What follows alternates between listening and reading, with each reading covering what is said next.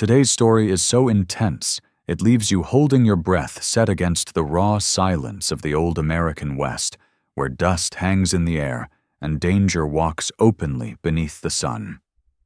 This is a place where one choice can seal a fate, and two broken lives are pulled into the same path. It begins with a simple act, a stranger stealing food, but that small moment is enough to ignite a chain of events that will demand courage, sacrifice, and a love neither of them was prepared for. Before we kick off this adventure, don't forget to hit like on the video and let us know in the comments where you're watching from.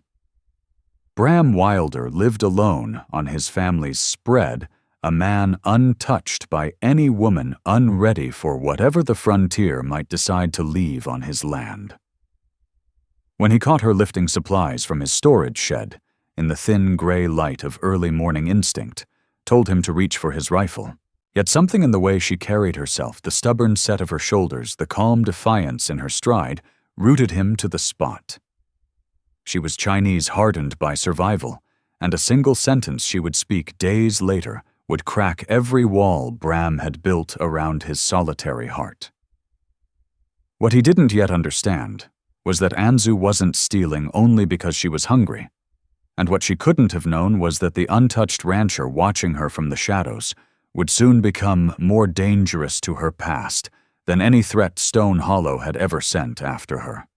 Bram had been alone 8 long months since fever took his father Calder Wilder, leaving him the ranch, and an emptiness that rang louder than gunfire. Each morning he woke to silence, worked the soil, until his palms split and slept to the sound of his own breathing. Loneliness clung to him like dust that never washed away. Nothing ever reached this far into the wild. No visitors, no trouble. That was why the faint sound from his supply shed stopped him cold. His hand closed around the rifle by the door, his pulse pounding hard enough to hurt. Word had spread of raiders 2 territories east, men who would kill a stranger for less than a horse. Bram moved without noise across the packed dirt eyes, fixed on the sagging wooden shed. The door hung ajar, rocking gently with the wind. Inside a shadow shifted between sacks of grain and salted meat. Bram lifted the rifle finger resting against the trigger. Then the figure stepped into the spill of daylight, and his thoughts emptied all at once. She stood taller than most women he had known, black hair braided thick down her back. Sun-darkened skin, sharp features, eyes that missed nothing. She wore worn trousers and a cotton tunic faded by use clothes made for survival, not comfort. A lone Chinese woman taking from his stores with the practiced ease of someone who had done this before. Their eyes met. Hers were dark and steady, holding no fear, only judgment. She weighed him in silence, deciding whether he posed a danger. Her hand stayed clear of the knife at her belt, but Bram saw the tension coiled through her frame, the readiness of someone who stayed alive by instinct. He should have shouted, should have ordered her off his land, should have fired into the dirt to scare her away. Instead, his throat closed. There was something in her face, worn, haunted, that mirrored what stared back at him every dawn. She turned her back on him without hesitation and lifted a sack of dried meat. She didn't run, didn't ask, took what she needed as though he wasn't standing there with a rifle aimed at her spine. Bram felt his grip ease. Wait. The word came out harsher than he meant.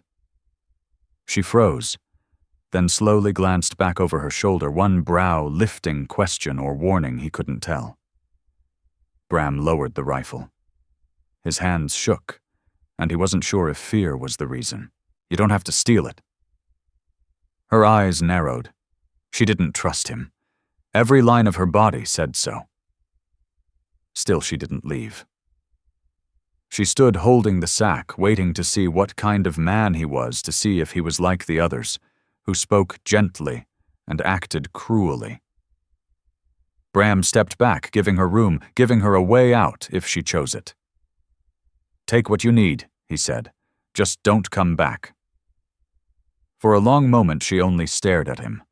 Without saying a word, she seized 2 more sacks, swung them up with a strength that caught Bram off guard, and strode past him out of the shed. She passed so close he caught the scent of wood smoke mixed with a faint trace of ginger. Close enough to notice the thin scar cutting along her jaw. She offered no thanks and didn't glance back.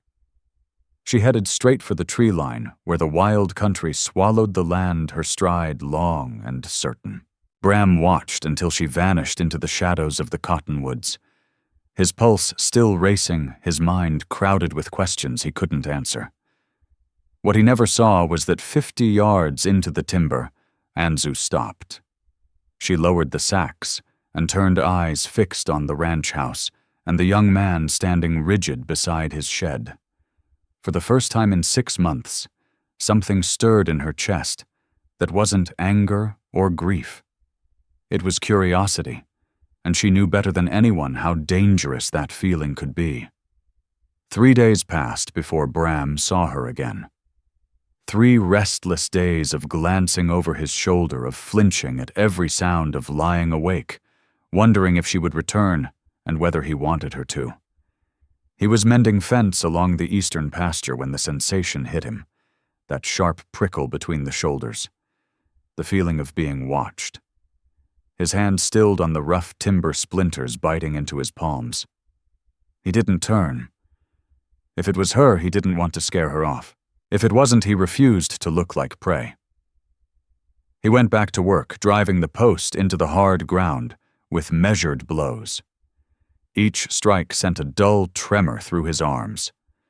Sweat traced down his spine, despite the cool morning air. Still, he felt her gaze on him. After nearly an hour, his nerves gave out. He turned. She stood at the edge of the trees, maybe 30 paces away, not hiding, just watching. Sunlight caught the shine of her dark hair, and even from that distance, Bram felt the weight of her stare. She wasn't looking at him like an enemy. She studied him the way one studies a problem that refuses to solve itself. Their eyes locked. Neither moved. The space between them felt charged thick with something Bram had no name for. His mouth dried. His pulse quickened, driven by something far removed from labor. She tipped her head slightly, the corner of her mouth lifting not a smile, more like quiet amusement. Then she turned and slipped back into the trees. Bram stood there with the hammer hanging loose in his hand, breathing harder than he should have been. Why come back just to watch him? The thought circled his mind, like carrion birds gnawing at his focus all day. The following morning she returned, closer this time, seated on a fallen log just beyond his land. Arms folded, eyes fixed on him as he worked the corral gate. No effort to hide, no false caution. She sat there bold as daylight itself. Bram tried to ignore her. He lasted 10 minutes. Curiosity won.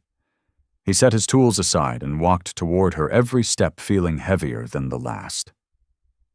She rose when he reached the boundary line, the invisible mark neither had crossed.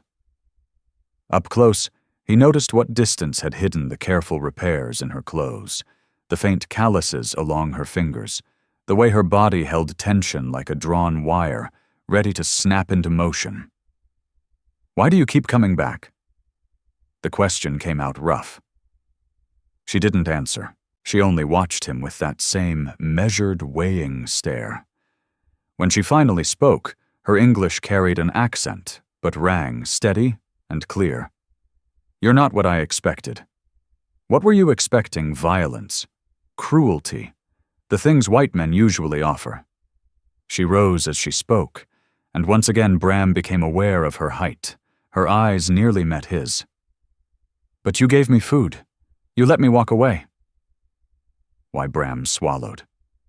The question felt like a snare, though he couldn't see the wire.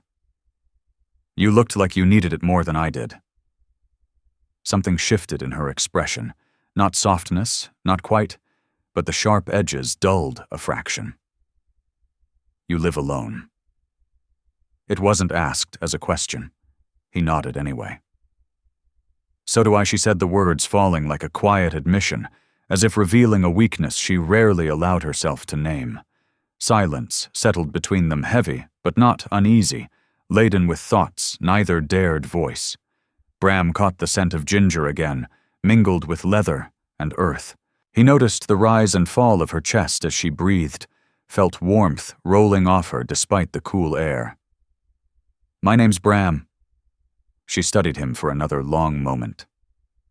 Then Anzu. The name landed between them like a stone, dropped into still water, sending unseen ripples outward. She turned to leave, but this time she glanced back before slipping into the trees.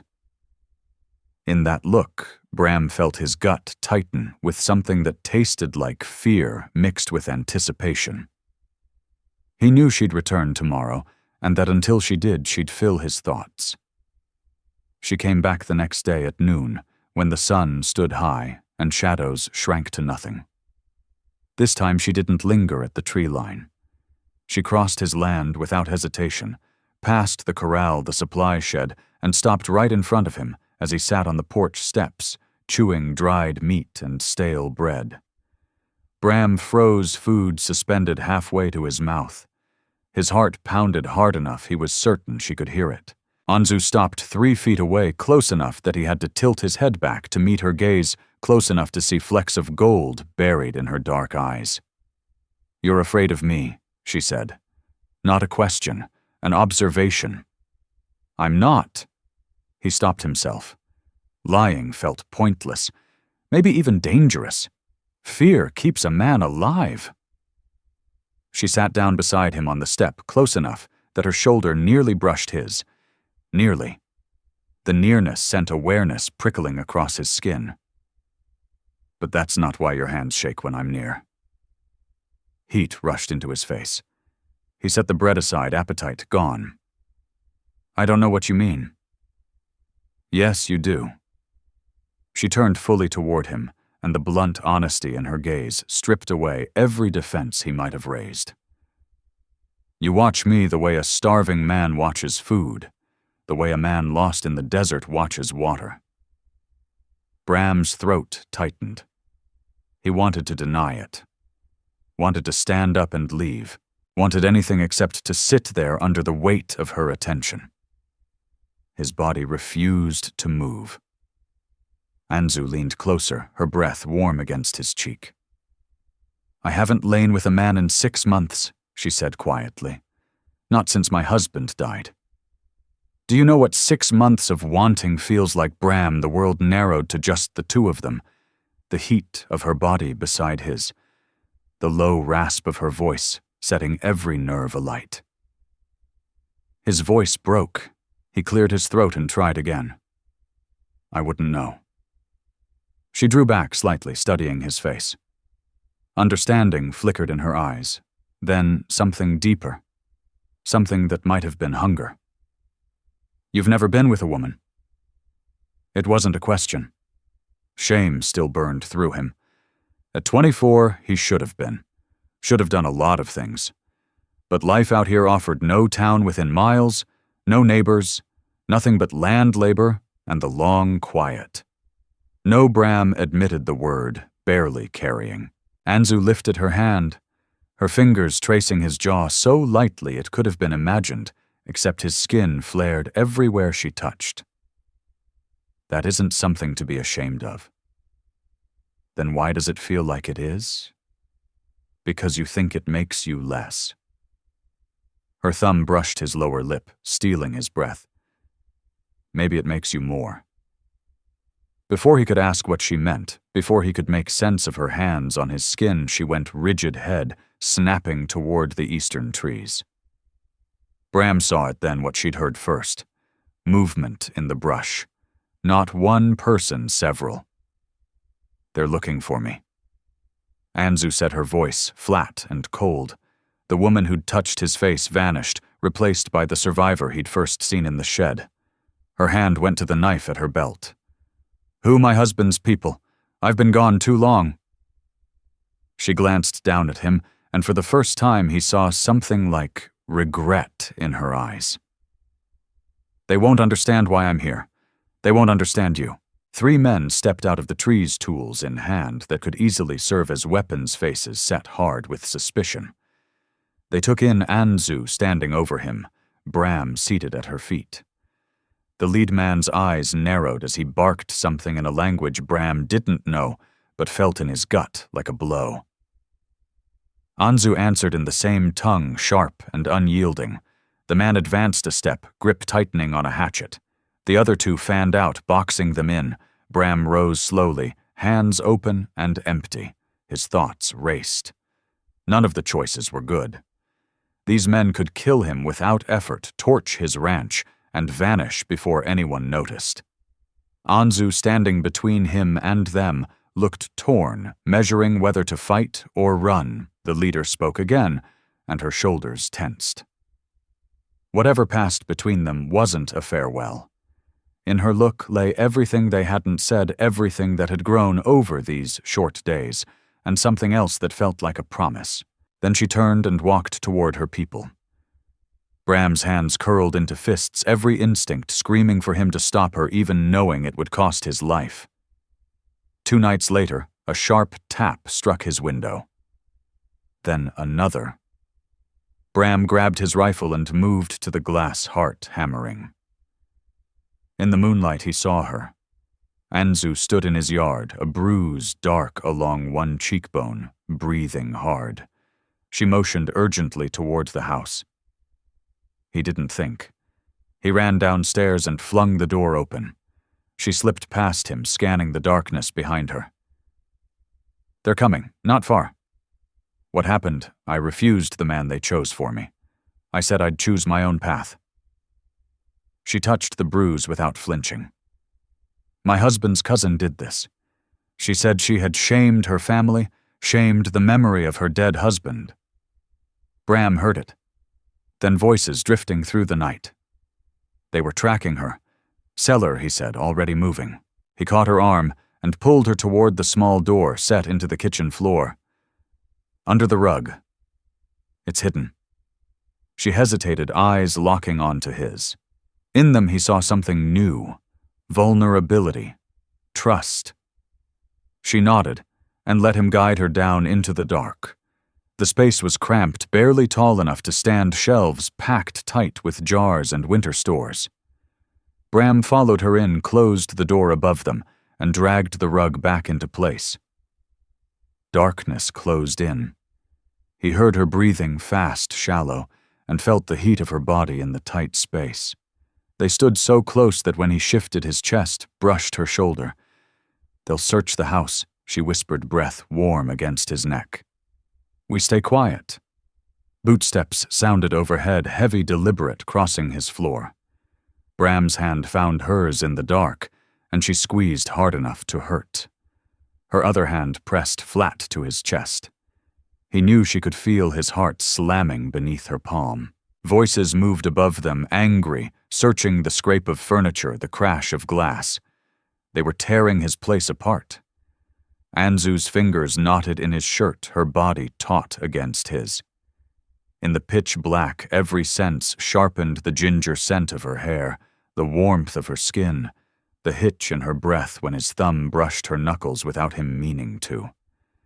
Minutes stretched into something that felt like hours. The men passed through every room, came close to the kitchen twice. Bram held his breath each time, felt her do the same. Their bodies pressed closer in the confined space, and even with danger overhead, death so near, he was acutely aware of every point where they touched. Finally, the sounds drifted away. Silence settled like dust. Still neither moved. Anzu's forehead rested against his collarbone, her breathing steadier but quick. Somehow his free hand had found her waist fingers spread against the worn cotton of her tunic. Bram spoke barely above a whisper. "What you said before about never being with a woman, this isn't the best time. There may not be another time." She lifted her head, and even in the dark, he felt the intensity of her gaze. "They won't stop looking for me," If they find me with you, they'll kill us both." "Then why did you come here?" The answer wasn't words.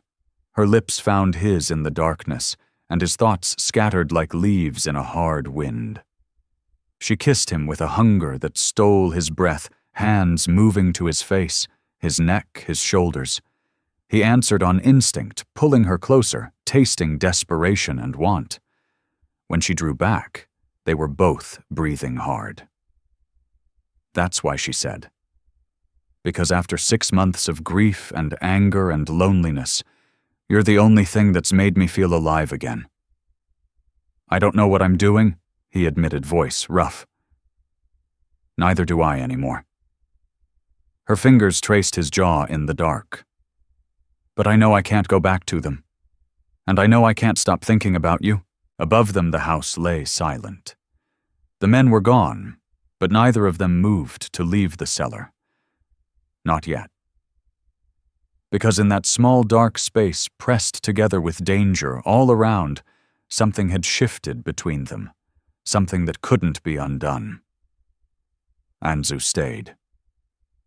For 3 days she remained, and Bram's quiet world shifted into something else entirely alive, charged, almost frightening in its intensity. She worked beside him without being asked, helped mend the fence the men had damaged, hauled water from the well, and moved with the sure efficiency of someone shaped by survival. With every hour they spent together, the space between them thickened with words left unspoken. On the second morning, they were in the barn, tending to his 2 horses. Bram reached for the bridle at the same moment Anzu did, and their hands collided. They both froze. The contact lasted only a heartbeat before they pulled apart, yet his skin burned where her fingers had brushed him. "Sorry," he muttered, eyes dropping. "Don't apologize for touching me." The edge in her voice made him look up. She held him with that steady, stripping gaze. "Unless you don't want to," she added. "That's not." He stopped, unsure how to finish. She stepped closer, close enough that he could see the pulse at her throat. "You're afraid of wanting me." "Why?"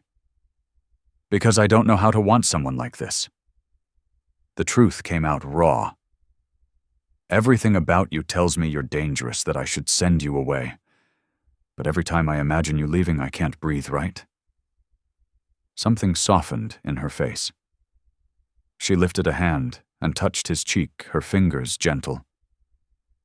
"You think I'm not afraid I'm terrified? 6 months ago, I buried the man I thought I'd grow old with. I swore I'd never let anyone close again. Then you appear with your soft hands and your softer heart." She swallowed. "And I can't stop myself from wanting things I have no right to want." Instead of explaining, she kissed him slower than in the cellar, less desperate, more deliberate, learning the shape of his mouth, the taste of him. His hands found her waist and drew her closer, and the sound she made low in her throat sent heat racing through him. When they parted, both breathing hard, she rested her forehead against his. "That," she said quietly. "I want that. I want to feel something other than grief. I want to remember what it's like to be touched with gentleness instead of duty. I want." He trailed off, suddenly shy despite the kiss. "Say it. I want to know what it feels like to be with someone, to not be alone." His hands tightened at her waist. "And more than that, I want it to be you, not just anyone." Anzu drew back just enough to look at him fully. "You make it very hard to keep my walls up." "So do you," he said, surprising himself with the steadiness of it. "You've already torn down all of mine." That evening they sat on his porch as the sun slid low, shoulders touching fingers intertwined. They didn't speak much. They didn't need to. The silence was easy, filled with crickets and the distant call of a night bird. "Tell me about him," Bram said at last. "Your husband?" Anzu was quiet for a long moment. His name was Han. He was a strong worker, a good man. He died in a rock slide while laying track for the railroad, she continued. crushed before my eyes while I could do nothing but watch. Her grip tightened on Bram's hand. The community expects me to honor his memory by marrying his cousin Rock, to bear sons to carry his bloodline, as if I were something to be handed over. You're not property, Bram said. No, she replied, turning to meet his eyes. I am not. That's why I won't go toward the eastern trees. Bram saw it at the same moment she did, a thin ribbon of smoke lifting into the darkening sky. Not from a campfire, from torches. They brought more men, Anzu said, her voice flattening. They're not searching anymore. They're coming to take me. Bram stood, his stomach dropping. How many too many? She rose beside him, her hand sliding toward the knife at her belt. They won't leave without me. And if you stand in their way, she added quietly, they'll kill you without hesitation. The torches advanced, a moving line of fire, slicing through the growing dark, heading straight for his ranch, straight for her. Bram knew that in the next few minutes he would be forced into a choice that would change his life forever. 7 men emerged from the night torchlight, carving hard shadows across their faces. The one who had led them before stepped forward. His gaze settled on Anzu, then shifted to Bram with open contempt. He spoke in Chinese, his voice carrying across the yard. Anzu answered, stepping in front of Bram. Her hand stayed near her knife, but she didn't draw it. The man barked another command, pointing first at her, then toward the forest behind him. What's he saying? Bram asked under his breath. That I've shamed my family, she said. That by refusing my husband's cousin, I've dishonored Han's memory. Her voice remained steady, though tension lined her shoulders. He says I must return now, or be declared dead to our people. The man spoke again. This time Bram caught a name repeated. Rock. Anzu's jaw tightened. He says Rock is waiting. That Han's cousin has the right to claim me as his wife.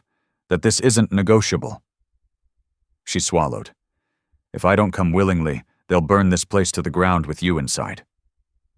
Bram looked at the 7 armed men, the torches, then at Anzu, standing rigid beside him, trapped between 2 worlds. Every instinct screamed for him to step aside, let her go, save himself. He was 1 man against 7. He didn't stand a chance. But when he opened his mouth, something else came out. No. The single word cut through the night. The men shifted hands, tightening on weapons. Anzu turned to him, eyes wide, fear, hope, both tangled together. Bram, you can't. I said no. He stepped forward, placing himself squarely between her and the men. His hands trembled, but his voice held. She stays here. Because she wants to, he went on. Not because I'm forcing her, not because you are, because she chose to. The leader's expression darkened. He snapped something sharp and took a step closer. The others followed, spreading into a semicircle around the porch. He says you're a fool, Anzu translated, her hand gripping the back of Bram's shirt. 1 white man can't stand against us. He says your death will mean nothing. Bram's heart thundered so hard it hurt. But if dying meant she got to choose her own life, then so be it. If that's the price, Bram said, his voice firm despite the fear clawing at him, then I'll pay it. Because that was what decent men did. They stood up for people who couldn't stand up for themselves, even when they were terrified, even when they knew they would lose. Behind him, Anzu made a sound that hovered between a gasp and a sob. Her hand tightened in the fabric of his shirt. The man leading them studied Bram for a long, measured moment. When he spoke again, his tone had shifted, less fury in it now, something closer to curiosity. He asked a question. He wants to know why you'd die for a woman who doesn't belong to you, Anzu said softly. Bram didn't hesitate. Tell him she's mine, and I'm hers. Tell him we chose each other. When Anzu translated, something changed among the men. their stances easing their grips, loosening just a fraction. The leader's gaze moved between Bram and Anzu, as if seeing something there he hadn't expected. He spoke at length, his voice firm, but no longer edged with violence. Anzu's breath caught. He says, "If I stay with you, I can never return." She swallowed. "I'll be dead to my people. My name won't be spoken. My family will mourn me as if I truly died." The choice hung between them like smoke. Bram felt its weight press down on his chest. He wanted to tell her to stay, wanted to beg her not to leave. But this had to be hers. No one else's. Not his, not Rock's, not Stone Hollow's. Hers. For what felt like an eternity, Anzu said nothing. Then she stepped closer to Bram, her hand finding his, and holding tight. She faced the leader and spoke in Chinese, her voice steady and unyielding. The man answered sharply. She cut him off, words coming faster now, stronger. Their voices rose, tension crackling in the air. At last the man spat something that sounded like a curse and turned away. One by one the others followed torches, retreating into the dark.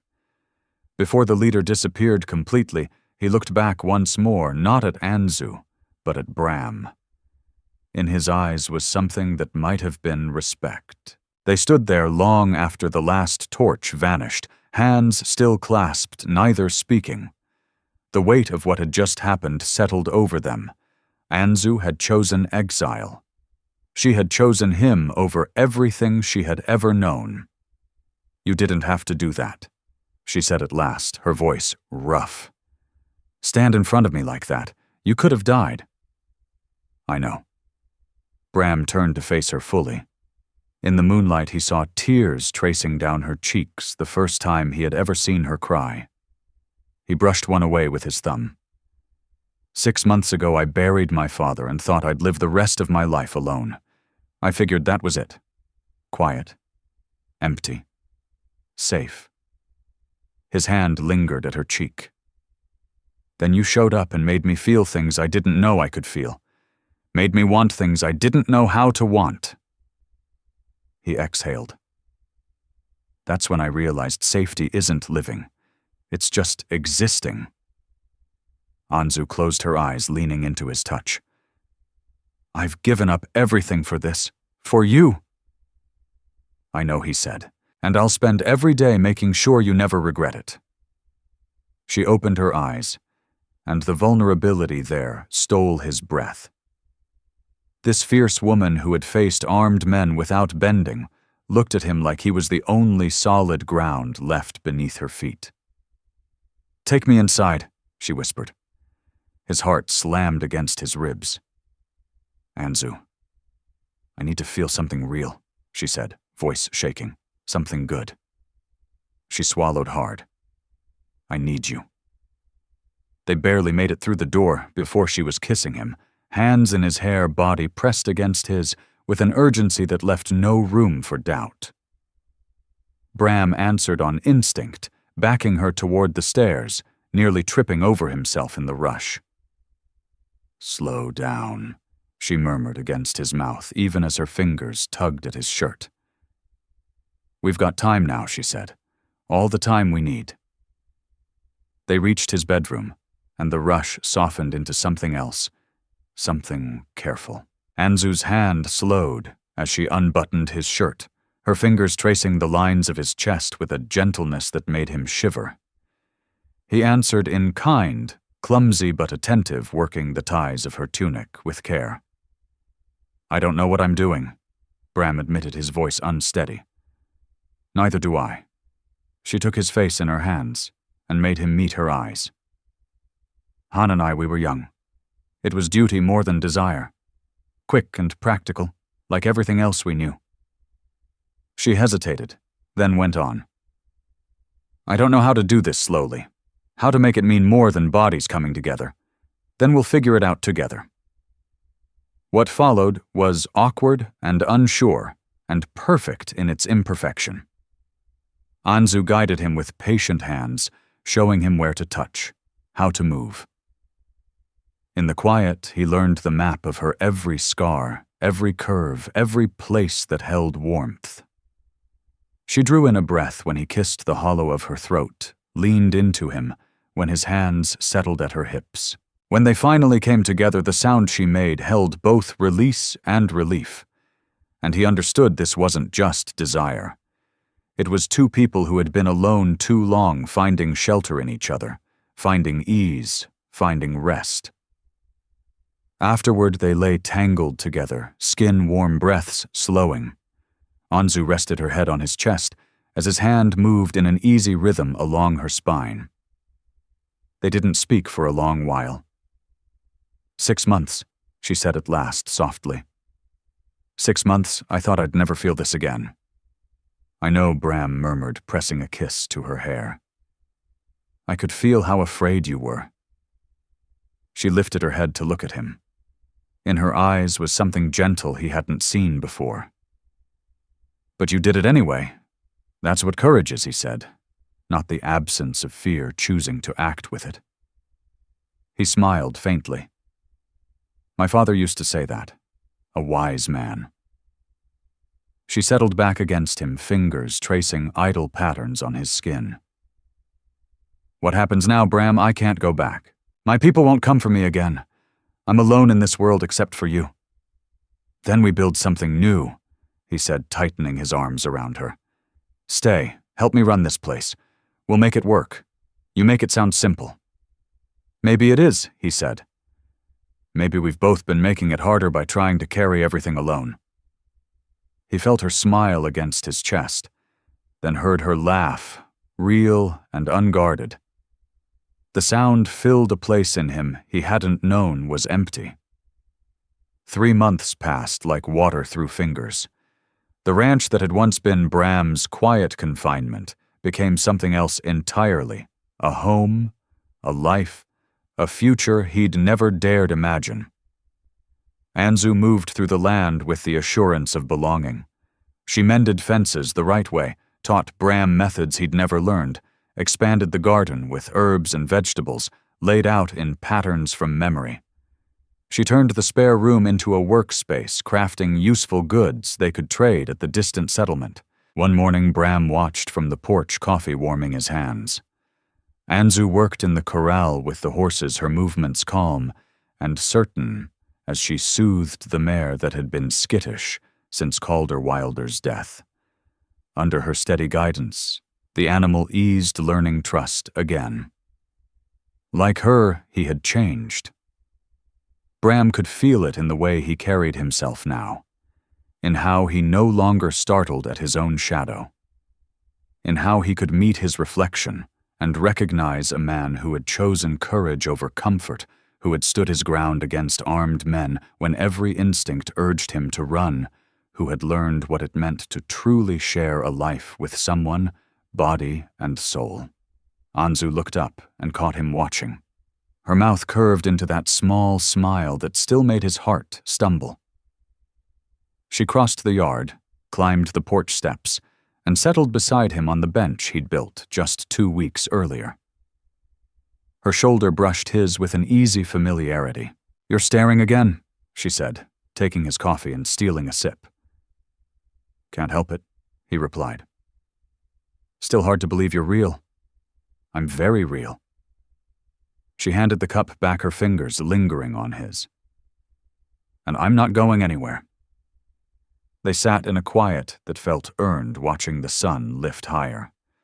Somewhere beyond the fence, birds called back and forth. The horses moved calmly in the corral.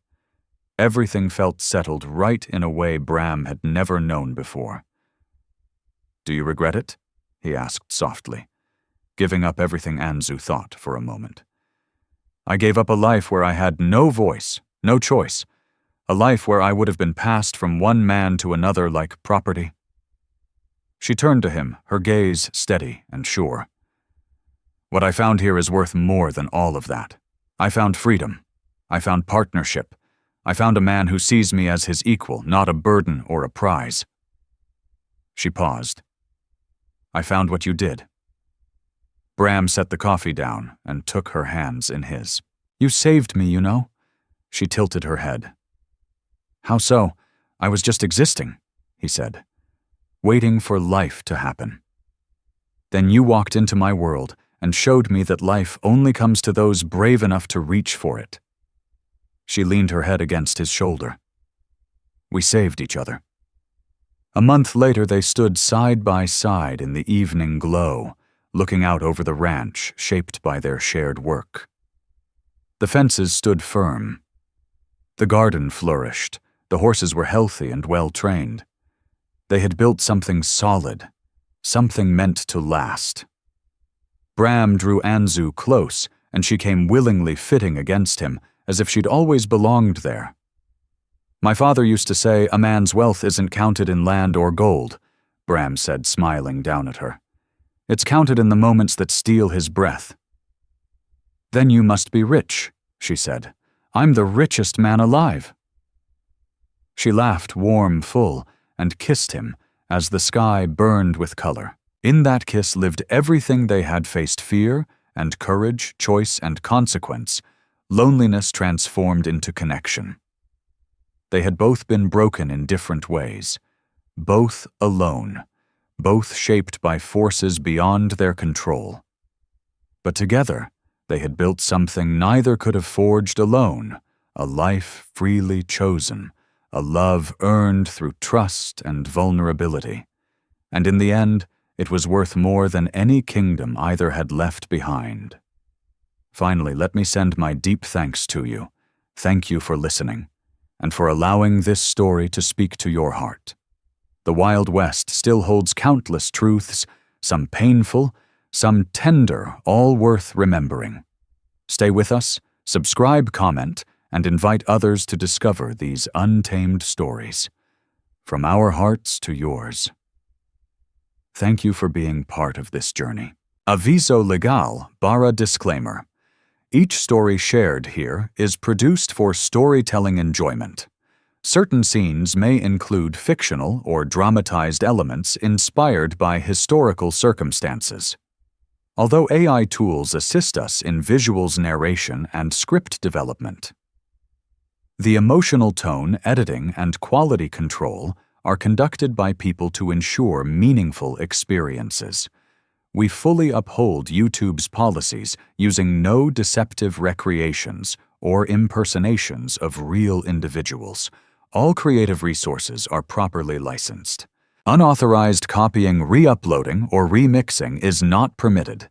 Thank you for supporting the effort behind every episode we create.